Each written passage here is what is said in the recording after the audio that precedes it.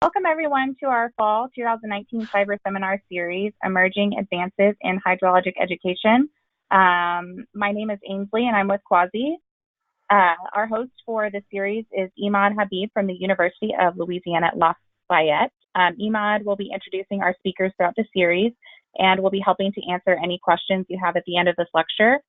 Please remember, if you have any questions, to type them into the chat box and we'll answer those at the end. So with that, I'll go ahead and pass it off to Imad. Yeah, good morning, good afternoon, everybody, and thank you for dialing into the 2019 full cyber seminar on hydrology education. And we have an exciting group of speakers, and very pleased to have Ben Ruddle from Northern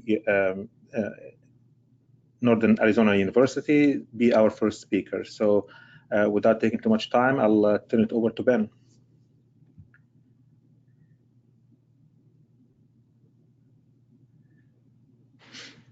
Okay, thank you, everybody.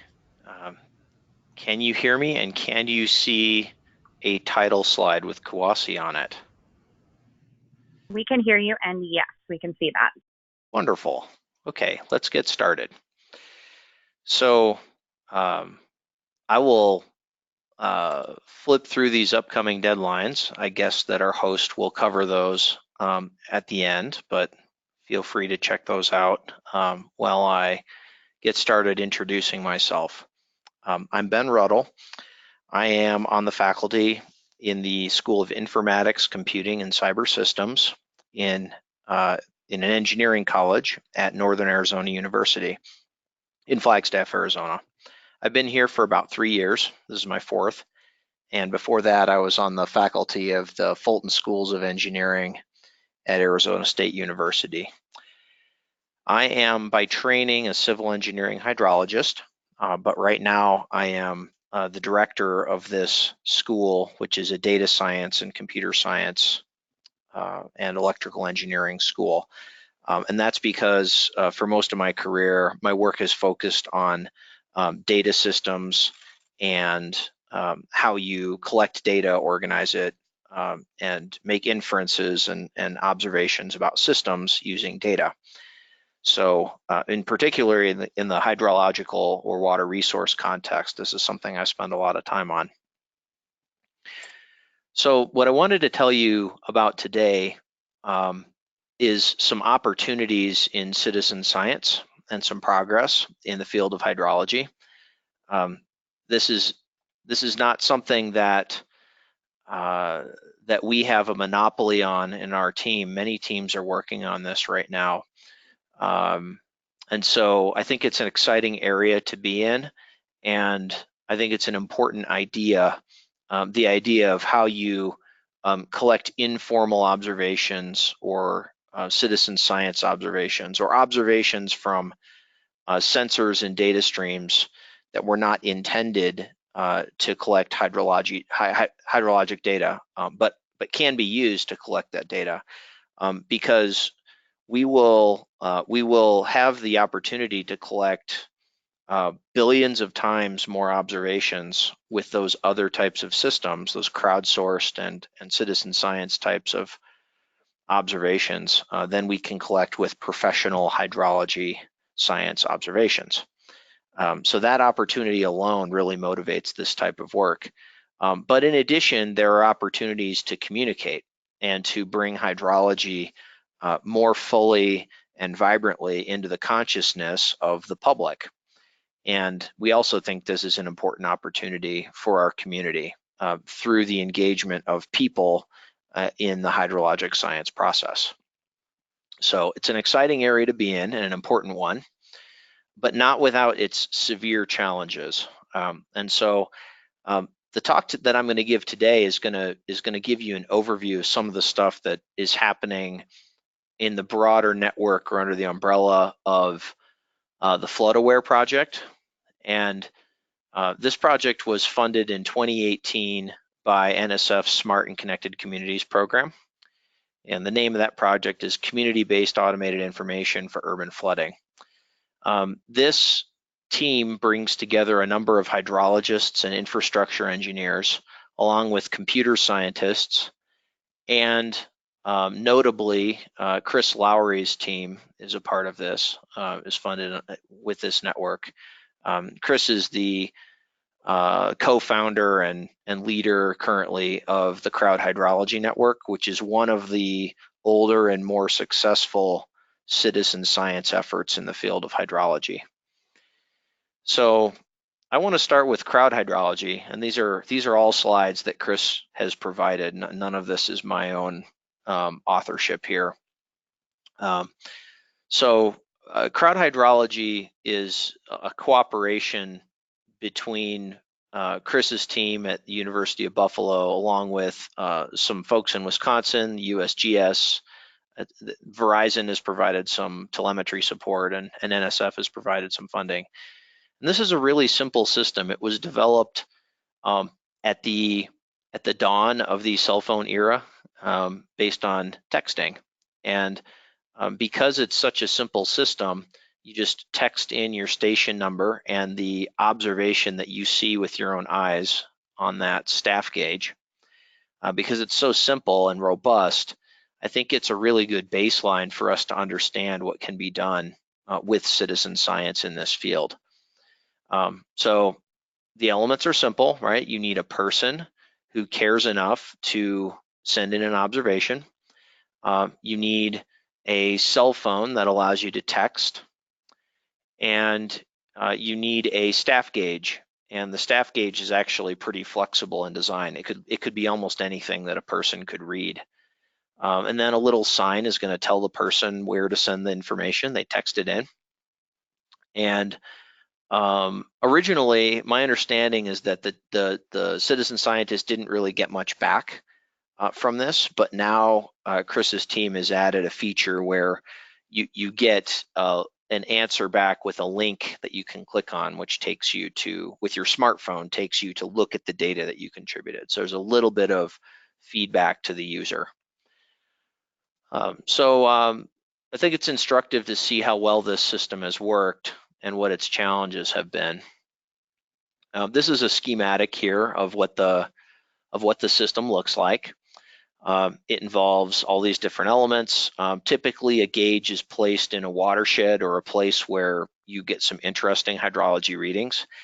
Often these are small streams or urban streams where there are people who walk by and see it on a regular basis, although not necessarily.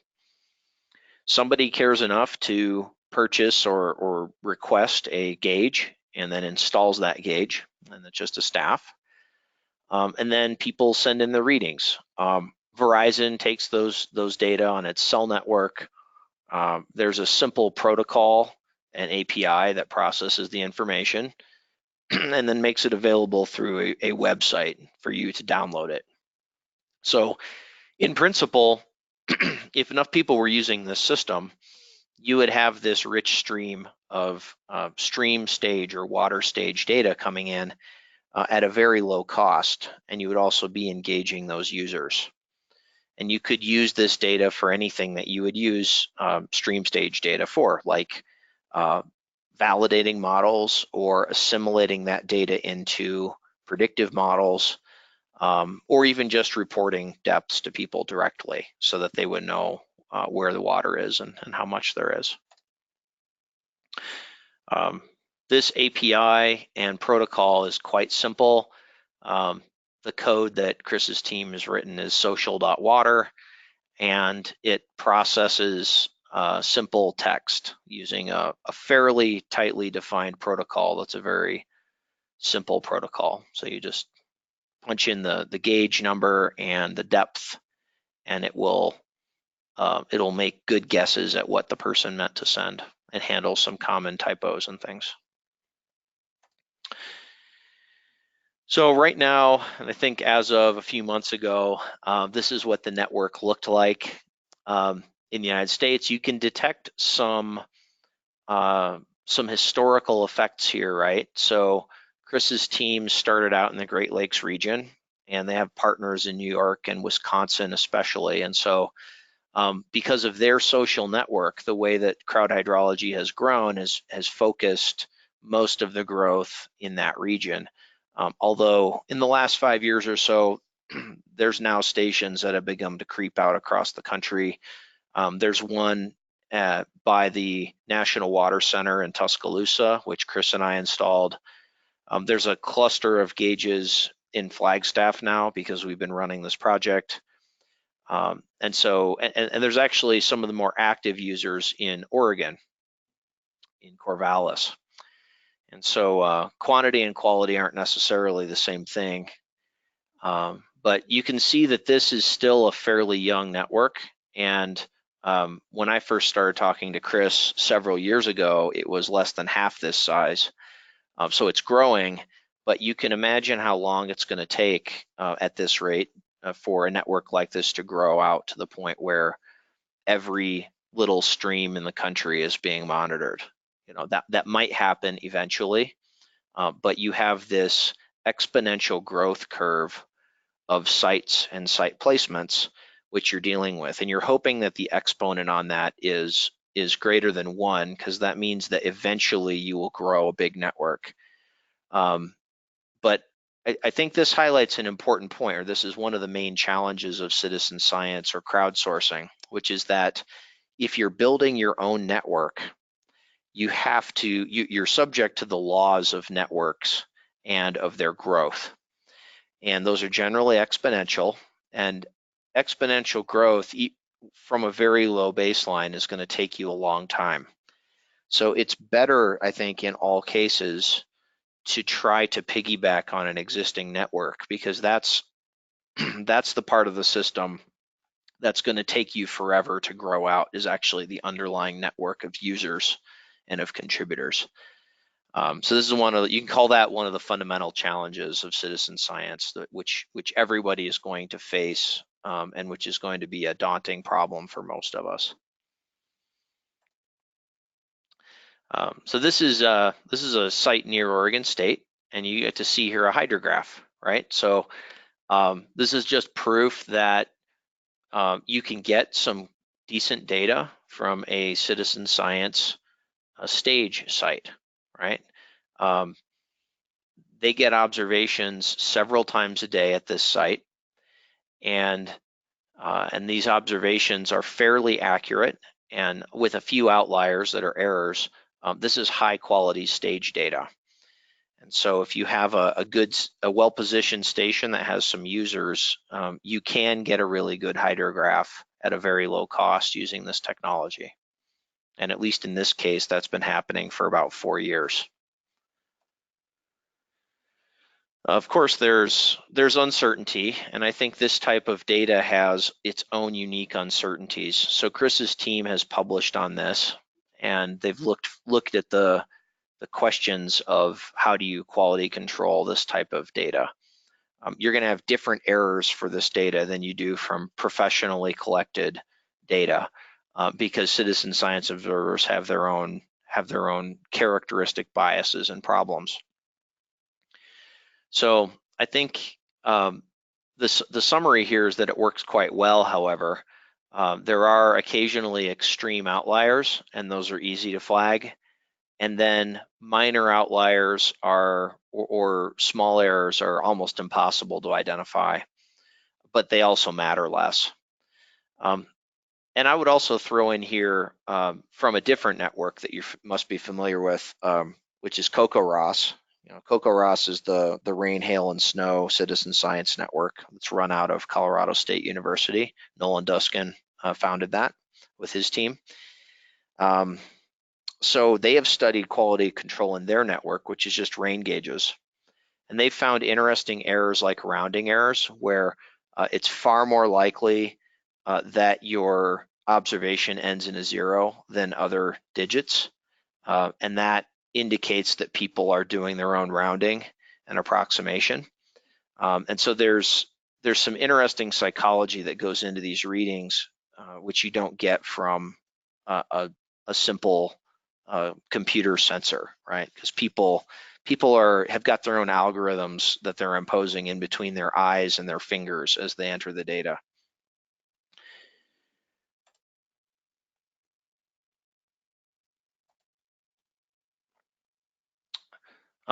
These are these are comparisons. I'm zooming in here on the comparison between pressure transducers and crowd observations.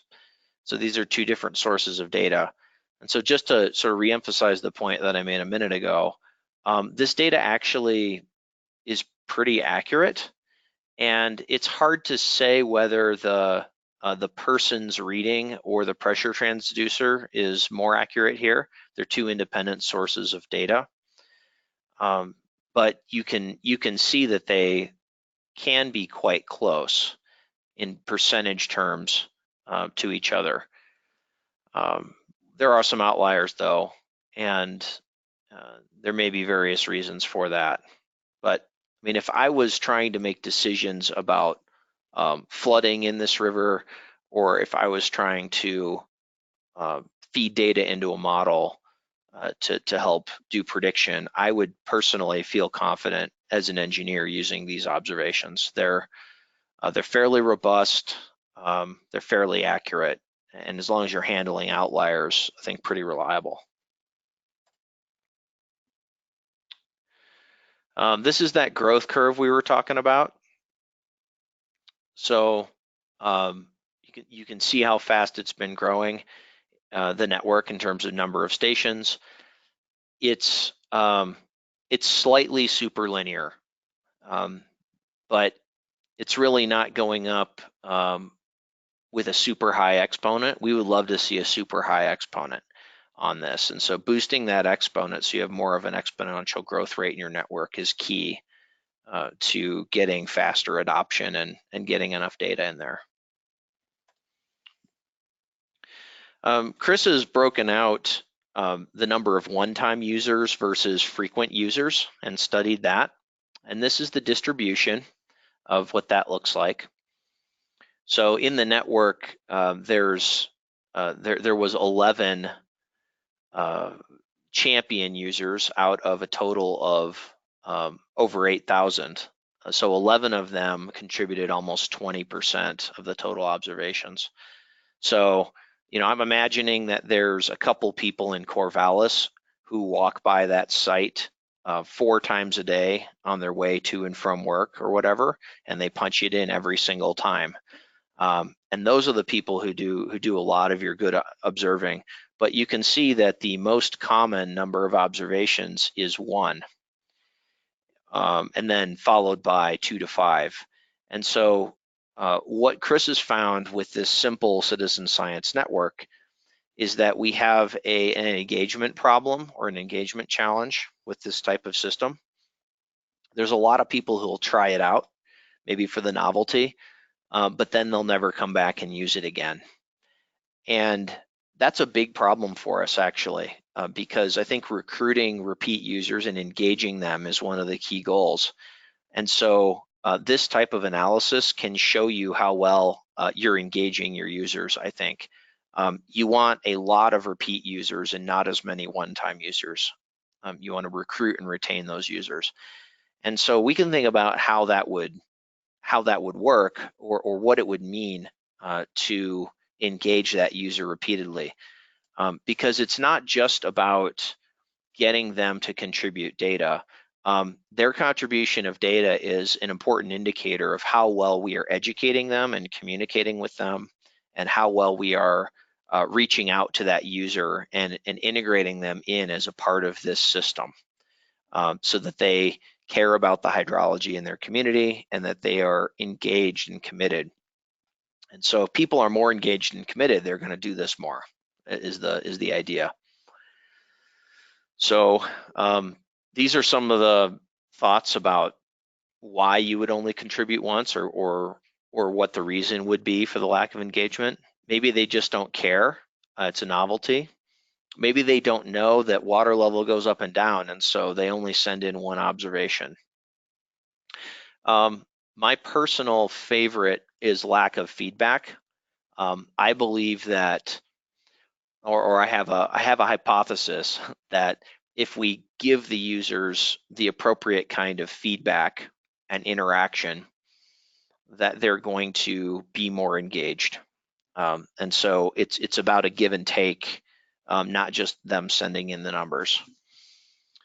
And then there's also location. Maybe the person visits different locations, but just in a network this sparse just doesn't happen to visit different locations often enough that have these gauges. Now, there's some information here about what the breakdown is in terms of most popular sites where people tend to contribute a lot of observations and where there tend to be champion users. So you can see that hiking trails, nature centers, and city parks, and parks in general, dominate this list.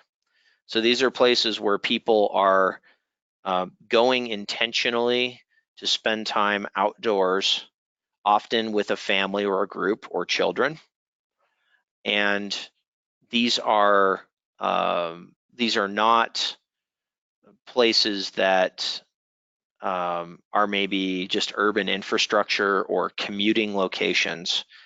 So I think that's instructive in terms of looking at people's motivations for why they would be an engaged user. And I think people choose to be in certain types of places when they're in the mood to do some science and learning and contributions. And then there's other places where people don't seem to make contributions, even when they are given the opportunity. So here's 3 examples of chronically unpopular crowd hydrology sites. So we have found, unfortunately, that people who fish are not in the mood to take observations. They are busy fishing, and so I originally had hopes that people who fish are going to be interested in this sort of thing, but they don't seem to be doing it that much for whatever reason. Maybe it's just that they left their cell phone in the car, or they don't want the technology to be involved while they're fishing. I understand that. We found that sites near roads where people are driving their cars through rather than being pedestrian traffic, they don't get much contribution. And that's understandable too, because it's not a real pleasant location when you're a pedestrian, and when you're driving your car, you're probably not going to stop and get out and take this reading.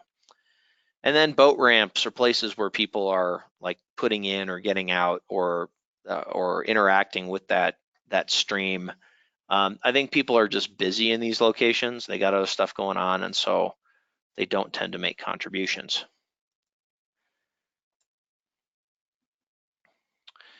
So we want to maintain a low barrier to entry, and we want to make it really easy.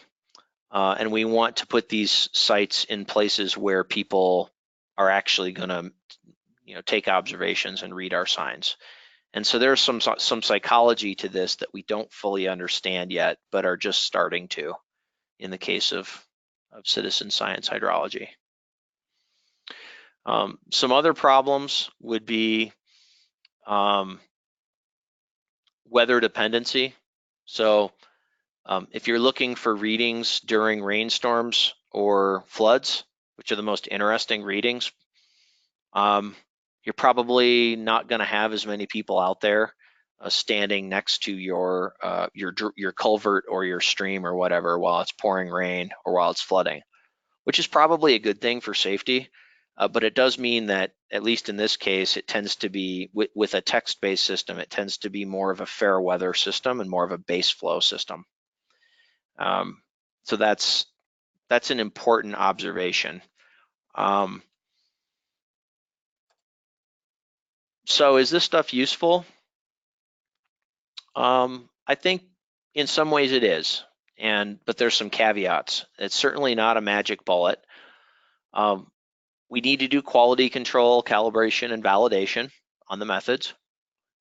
We need to be patient, particularly if we're going to decide to build our own network. That's going to take an entire career of determined patient effort. That's not something that you're going to be able to build in one NSF funding cycle. You're not going to be able to grow it out. I think CocoRoss took something like 30 years to become the largest source of precip data in the United States. And that's probably one of the most successful examples out there. So if you want to build your own network, you can expect it to take 30 years. And so you either need to find a way to short circuit that network growth model, or you need to be in it for the long term. So, we think that this is an important part of the toolkit and that we should be investing in as a community. But it definitely has some limitations and caveats. And we think that these types of methods are going to be most useful if they're integrated in with other networks, other agencies, other modeling efforts, right? So this is not the magic bullet that's going to do everything for hydrology. It's something that needs to be combined with other techniques in a complementary way. So let's move from this example, which is a good, successful example with some publications behind it, to this new effort that I'm helping lead right now, which is FloodAware. So FloodAware is an integrated effort. It's not just citizen science. It's a combination of citizen science with crowdsourcing,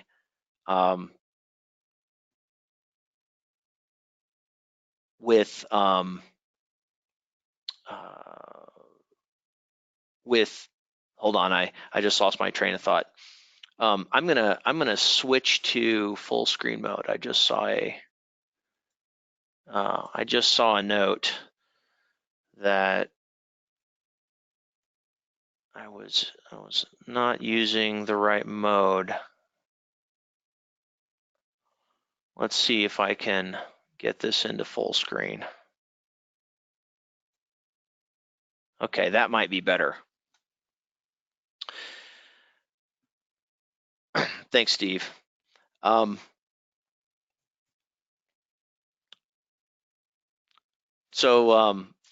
is an integrated system. I'll start that over. We've got some citizen science. We're integrating CrowdHydrology in with this, but also some other networks, hopefully. We are trying to integrate National Weather Service data. We're integrating cameras, and those are both cameras that we're putting out in carefully targeted locations, but we're also trying to integrate traffic cameras. And we're working with highway departments. So the idea here is to build an integrated suite of technologies that can bring in that crowdsourced data from various sources and put them together so that they can be combined and complement each other's strengths. So this effort is led by Arizona State University right now. NAU is leading the technology development components. University of Arizona and Tom Meixner's team are involved as well in Tucson. So we have all three state schools in Arizona. And then Chris Lowry's team and also Robert Pastel's team at Michigan Tech are involved in the image processing, the citizen science, and the cell phone app work. You may or may not be able to see this embedded video. Roadway flooding is a serious issue, and this is one of the applications that we've found has the most traction. There's a lot of concern among highway departments and public safety in terms of monitoring flooding along roadways. So this is a reason we would want to have this type of integrated system, is for the public commons and flooding of infrastructure. And why would we need this connectivity? Well, I think it's important for public safety to have timely information, right? So as hydrologic scientists, we might care about getting data, but we could get it years later, and that's fine with us. But in a smart and connected city, we need to get information into the hands of public safety officials and first responders quickly. And to the extent that it's helpful, we need to get it into the hands of the Weather Service and into the hands of people who are doing prediction so that they can factor it into their warnings. So this is part of the package, right? So our data systems need to be near real-time systems in order to serve these applications. And citizen science can help with that, but there's other things that can help too. If we automate it, we can watch Twitter and Facebook. We can integrate those CrowdHydrology and citizen science measurements. We can engage with people on their smartphones, which are a really amazing tool. And you can use other sensors that are out there like flood cameras or traffic cameras, right? So multiple data streams means a lot more information in a lot more places. And if we can apply the right data extraction techniques and push that information out to users quickly, it would make us a lot more smart and connected. And those users include citizen scientists. So our first summer of testing the system was this summer in Arizona. And in summer in Arizona, you have a lot of flooding with the monsoon. Monsoons are kind of interesting because they'll come in and they'll drop cloud bursts and really intense local rainfall, but they won't deliver large, widespread rainfall. So it's a very spatially localized thing, and people need to know where the flooding is happening precisely. It could be flooding in 1 mile, but then 1 mile over, nothing is happening. And this picture you see here, I think, is from Phoenix, from the monsoon. So this summer we had a number of things going on. We had stream gauges and CrowdHydrology sites deployed in Flagstaff and Phoenix. We have some flood cams, which are taking 5-minute time-lapse photos and sending them in to our servers. We had those running in Flagstaff and Phoenix in frequently flooded areas. And we've been looking at social media feeds. And while we're at it, we've been stubbing out and developing the network technology, which is the Integrated Flood Stage Observation Network, or IFSON. And this is what the IFSON tech looks like. It's a pipeline that gathers multiple crowdsourced data sources, including that citizen science data. It processes it, it estimates when and where the flooding's happening, and then it pushes it out to different users, right? So this is the concept. So that central part, IFSON's being hosted at NAU right now, but a lot of our users are in other places, and a lot of our contributors are in other places, right?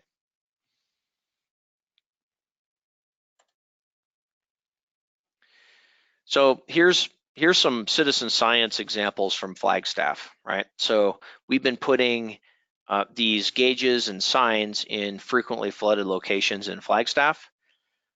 We have one on the left at DuPont and LaRue, which is a frequently flooded intersection here in the city. And we're starting to collect data there, and people can take a picture or send in a text reading from that. We also have a flood cam at that intersection to take those pictures.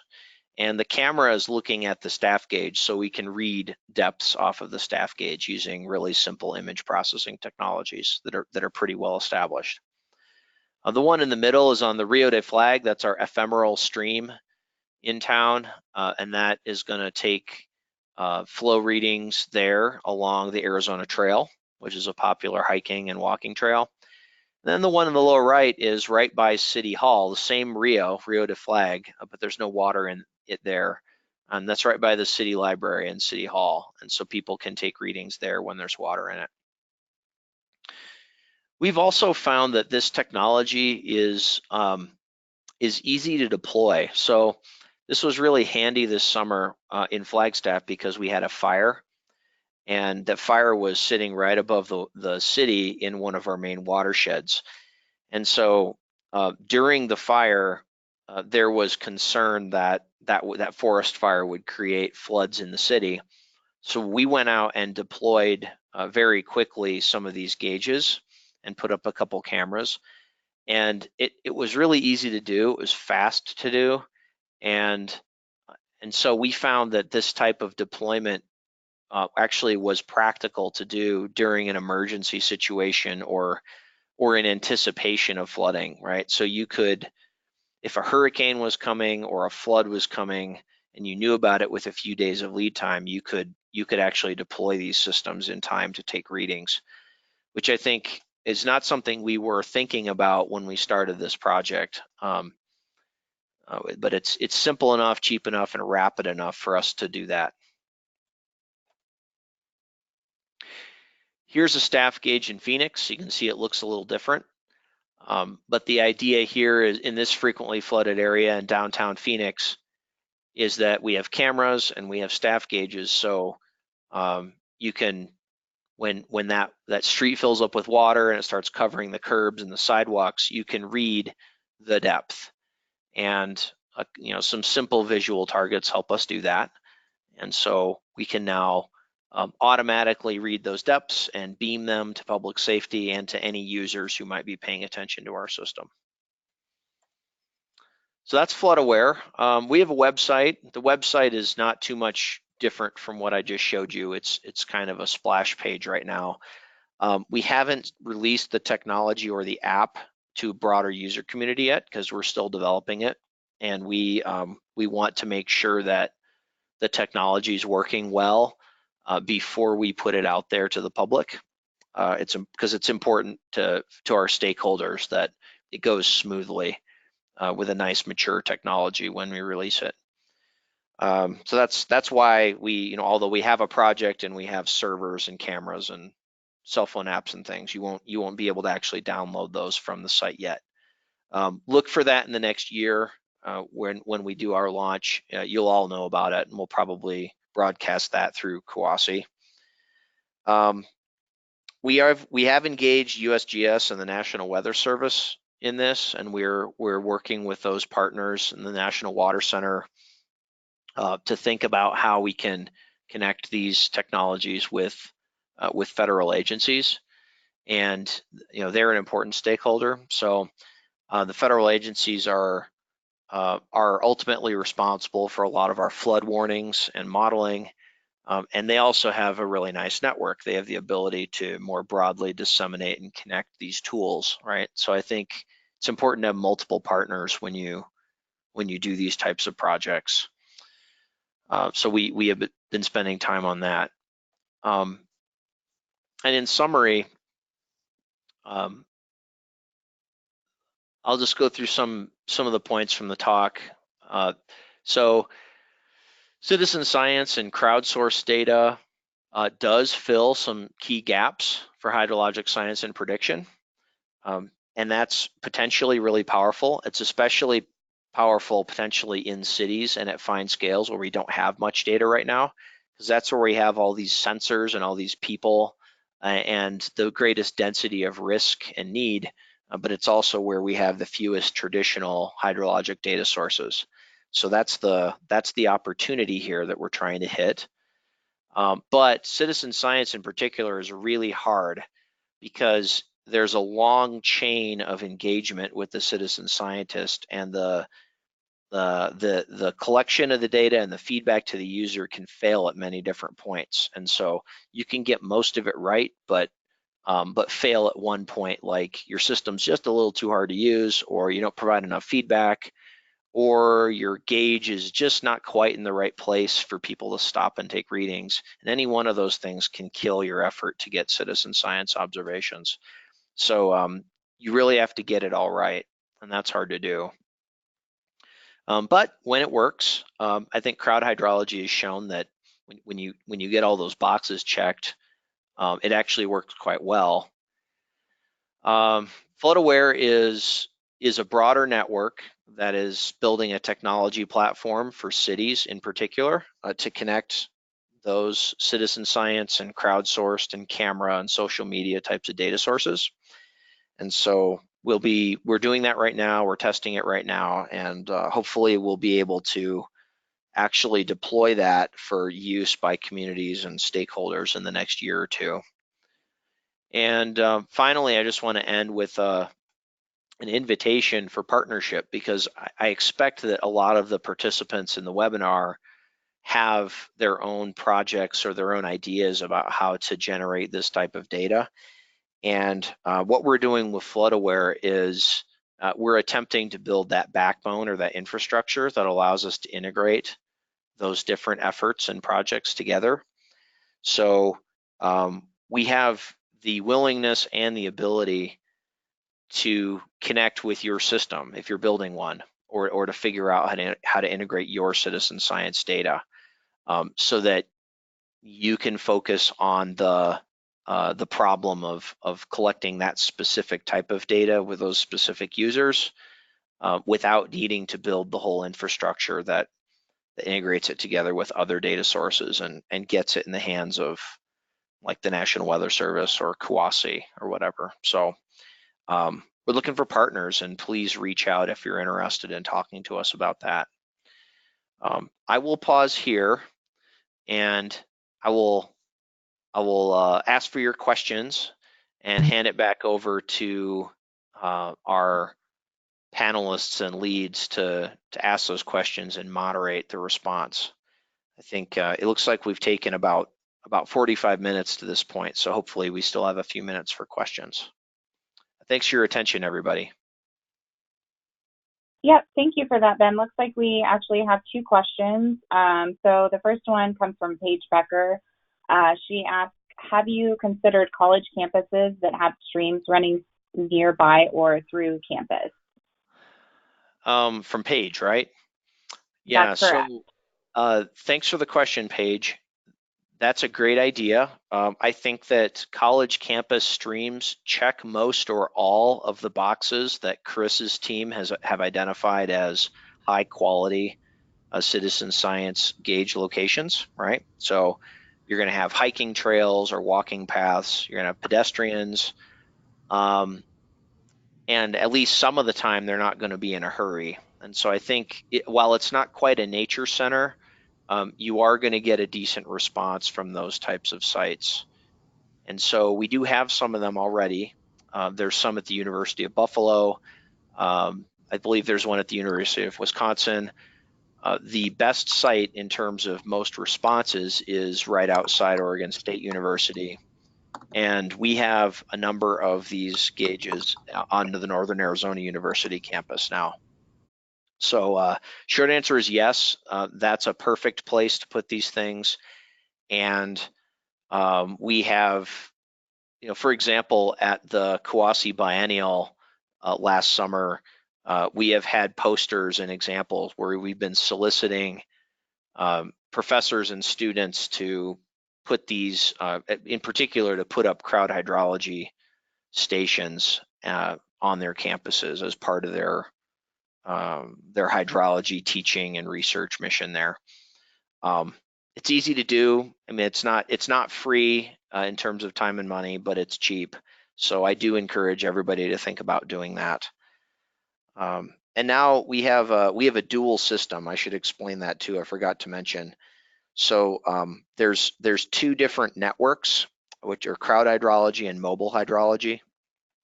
CrowdHydrology is the text-based system, and mobile hydrology is a simple photo-based image processing system. So the signs and the gauges that we're sending out at this time have a dual capability. They let the user pick which they want to do. And I expect that we will add more along the lines of image processing and cell phone integration in the future through FloodAware. It's on our tech roadmap. But we're already doing that. Perfect. Thank you for that. We actually have another question from John Pollock at CUAHSI. He's asking, do you store information about your users, like phone numbers? He's wondering if you can or have tried to push reminders to users that have submitted observations in the past. That's a great idea. That's from John, right? That's correct. Okay. Yes. So now the question of how much we track about users is an interesting one, because it gets into all of the ethics of privacy. And so whenever that type of thing comes up, you have to be very, very careful about how you manage it. So with that caveat, and sort of reminder to anyone who's thinking about doing a citizen science effort, that you need to, your biggest compliance and legal and ethical risk is actually in what information you collect about your users and how you share that information, right? So be warned, that will be a difficult problem for you.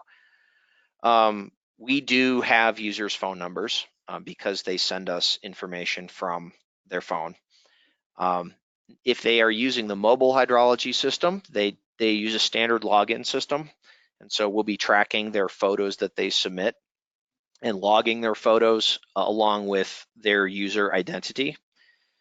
The harder question is, how much of that do you share in terms of who contributed that data, and more importantly, exactly when and where? Because you can imagine, and John, I'm going to get to actually answering your question in a minute, so just stay tuned. So the main privacy issue you have to worry about there in a near real-time system is if you post a photo or a reading and it is identified to a specific location and time, and if you post that location and time quickly enough, you have just told the world that there is a user at that location and time, which could create a safety problem in some hypothetical scenarios. So, that's an issue we have to pay attention to. I don't think it's a serious issue personally, but it is one that has to be managed explicitly. Now, in terms of actively prompting users, that's something that's part of our tech roadmap for our cell phone app. So the idea there is that if you want to provide engagement, you should be prompting users to go and collect data when that data collection is necessary. So there's various ways that could work. You can already imagine what they are. You can tell a user, hey, you have collected data at this site in the past. We have a need for you to keep collecting that data, maybe a gap in the data. Would you mind going there again? And so you could ask them to do these types of things. You could also ask them to go collect flood data in the middle of a hurricane in a really dangerous situation. So you have to be careful with that sort of thing too. User safety has to be paramount. So there's a surprising amount of sophistication that needs to go into those prompts on the privacy and safety side of things. And so we have designs that we are implementing right now to do that. But when we have engaged with stakeholders like flood control districts or National Weather Service, that's the first question they've asked is, you guys aren't sending people out to collect data in the middle of floods, are you? That wouldn't be safe. And so we actually need to be careful that we're not doing that. But we are going to be doing something like that. We just have to be really careful about how we do it. That'll be in the app when we release it, and we already have some prototypes of that haven't been shared with the community yet. Perfect, thanks, Ben. We actually have another one that's sort of a two-part question, asking what is the methodology to estimate the accuracy of citizen crowdsourcing data? So in this case, that the citizen is not well trained. And then the second part of that is, or in another way, how could we control the quality of the input data so it would not influence on the accuracy of the whole data set? Yeah, so these are quality control questions. I think that you get some good answers to these questions if you go and look at the papers that have come out of Coco Ross and or Chris Lowry's team over the last several years with CrowdHydrology. They have done at least some basic studies on quality control. I think, I already mentioned the highlights of that. You can detect rounding errors pretty easily, at least statistically speaking, because you're going to see zeros as the last digits, and you're going to wonder whether that's, how precise that reading was. You can detect outliers if you have a dense enough time series, because you can very easily set a limit on how fast the flow rates or depths can ramp in a hydrologic system. You might have 10 feet of stage change over a month, but you're not going to have 10 feet of stage change in 2 seconds. So you can limit it that way with thresholds. And so there are ways to do statistical quality control. You could also flag users. If there's a user who's always sending in bad data, you can flag it on a user level too. But I think that what the research has shown pretty clearly is that citizen scientists are pretty accurate and actually relatively precise, and have comparable precision and accuracy to at least the routine sorts of instruments we use, like pressure transducers. So it's not, you're not giving much up in terms of data quality when you rely on these citizen science observers. What you are giving up is the ability to control exactly when and where the data gets taken. And that's actually the bigger problem, because you might miss the peak of a hydrograph because that's, you know, when it's raining really hard and no one's outside. And so in that sense, you're going to have bias in your data, because you're going to have a bias toward base flow during good weather conditions. You're going to have a bias toward daytime when people are outside, and you're not going to get many readings at night. You're going to get more readings in summer than winter, right? And so there's going to be biases like that which show up, which are a serious data quality problem that one must be aware of when they have this type of irregular data. But the problem isn't the accuracy of the citizen science observer so much. They're actually pretty accurate. And I would say in terms of robustness and reliability of the readings, they're actually superior, because whereas your technology may fail on you and leave you with a gap for 2 or 3 months where you didn't get any data, and you may have some weird random drift in your readings, you're not going to get that kind of stuff with a citizen science observer. You know, when they show up, they're going to give you an accurate reading, rain or shine, and they're not going to be so affected by equipment failure. Perfect. Thank you. Looks like we have one more from Emad. He's asking, is there a limitation on the type of data that you can collect with the CrowdHydrology system? For example, the size of the stream. Are there any challenges with maintenance of gauges? And lastly, how do we handle datum issues if the gauge moves? Okay, so I think that was, what if the gauge moves? How do you maintain the gauge? And questions about collecting metadata or channel geometry or something, right? Those are great questions. Those are all great questions, very detailed questions. So all three of them actually come back to one basic issue, which is datum, right? So with a professional gauge, one of the things that happens is that among other things, you have professional surveys that shoot in the datum of the gauge so that we know exactly what mean sea level and which datum that's pegged to for the 0.0 marker on a staff gauge, right? So that's something that there's no substitute for. If you want to be able to peg a citizen science reading to like the National Water Model or a local stormwater management system, you must go out there and do some kind of survey to tie it into a datum. There's no way around it that I know of. I was a professional surveyor for a little while. I don't know of any way to do this. There are cheap ways to do it, but you have to do it, right? So otherwise, you're still getting stage data, but you just don't know what zero means. And so it's now the cheap way to do that is to tie in zero to some relatively immovable and fixed object that's in the immediate environment so that somebody could reconstruct that benchmark. That's the way we'll often do it if we don't have a GPS system available. So that's nice, and you can do that.